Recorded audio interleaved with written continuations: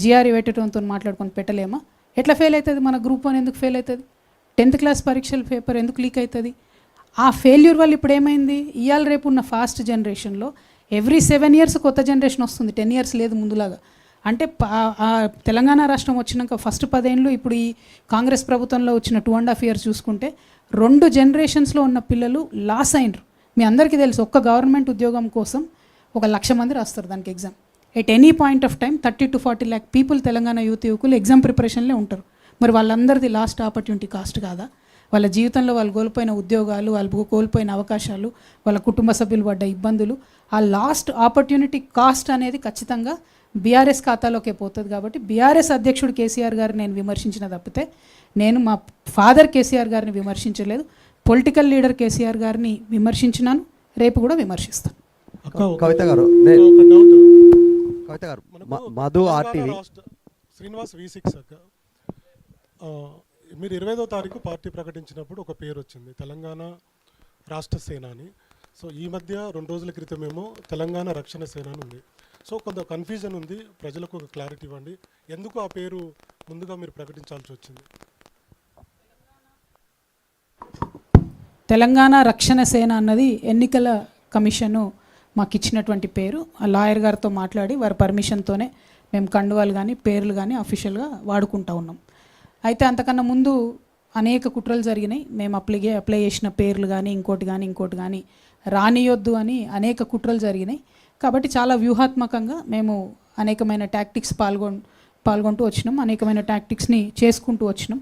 అట్లా రావడం ద్వారానే ఫైనల్గా మా అప్లికేషన్, మేము తెలంగాణ ప్రజా జాగృతితో పెట్టుకున్న అప్లికేషన్ ఏదైతుందో అది మంచిగా ముందుకెళ్ళడం జరిగింది. లేకపోతే అక్కడ కూడా అనేకమైన కుట్రలు జరిగినాయని తెలిసింది. కాబట్టి లాంచ్ రోజు ఆ టైం ముహూర్తం సెంటిమెంట్ కాబట్టి నేను ఆ టైంకి అనౌన్స్ చేసిన పేరు మాత్రం వ్యూహాత్మకంగానే రకరకాలుగా చెప్తూ వచ్చినాం. బట్ అల్టిమేట్గా ఎన్నికల సంఘం నుండి మాకు వచ్చిన పేరు తెలంగాణ రక్షణ సేన.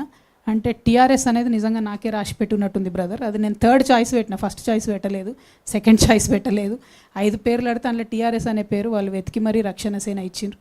కాబట్టి ఐఎమ్ హ్యాపీ, దేవుడు దయ ఉంది, దైవ నిర్ణయంగా నేను భావిస్తూ ఉన్నా. కాబట్టి తెలంగాణ రక్షణ సేన పేరుతోనే ప్రజల మధ్యలోకి వెళ్తాం, వారి ప్రేమను పొందగలుగుతామని కూడా నేను భావిస్తాను.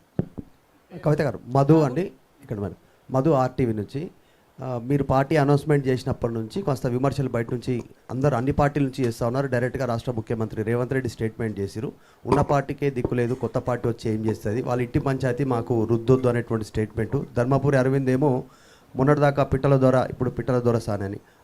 కోమటిరెడ్డి బ్రదర్స్ ఒక పెద్ద జోక్, కవిత పార్టీ పెట్టడం, 6 ఏళ్ళు నేను ఎమ్మెల్యే అయితే నేనే కాలేదు ముఖ్యమంత్రి, ఆమె ఎట్లయితుంది, తండ్రికి విలువనివని ఆమె తల్లి ఎట్లయితుంది అనేటువంటి స్టేట్మెంట్ చేశారు కోమటిరెడ్డి బ్రదర్స్. ముగ్గురు తిట్టమంటావా అని ఒకటేసారి? అంటే ఇప్పుడు పాయింట్ ఏంటంటే భారతీయ జనతా పార్టీకి వాస్తవానికి తెలంగాణలో స్పేస్ లేదండి. వాళ్ళు సామాజిక న్యాయానికి బద్ధ వ్యతిరేకులు, బద్ధ విరోధులు. 12 ఏళ్ళు వాళ్ళ ప్రభుత్వం ఉంటే ₹1 తీసుకురాలేదు తెలంగాణకు.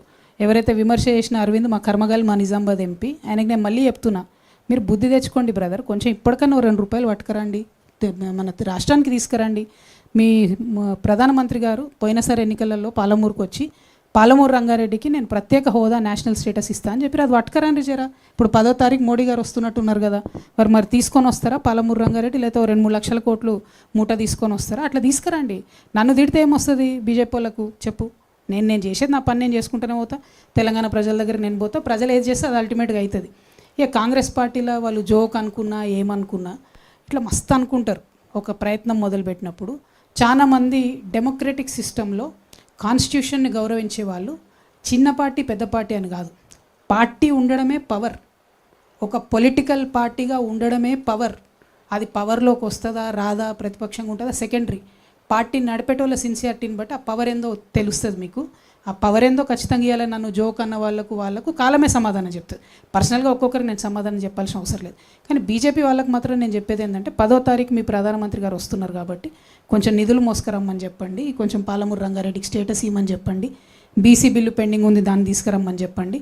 మహిళా బిల్లును అక్కడ తెలిసి ఫెయిల్ అవుతుందని తెలిసి మహిళా బిల్లు ఇంట్రడ్యూస్ చేసిన బీజేపీని మాత్రం ఈ దేశ మహిళలు క్షమించరు, తెలంగాణ మహిళలు అసలుకే క్షమించరు. కాబట్టి ఆ మహిళా బిల్లును జర క్లారిటీ తీసుకొని రండి తప్పితే నా మీద విమర్శ చేస్తే ఏమొస్తుంది? రాహుల్ జీ జీ బోలి. అక్క నేను కరుణాకర్ 10 టీవీ అక్క, కరుణాకర్ 10 టీవీ. హలో. మీరు ఇప్పుడు ప్రస్తుత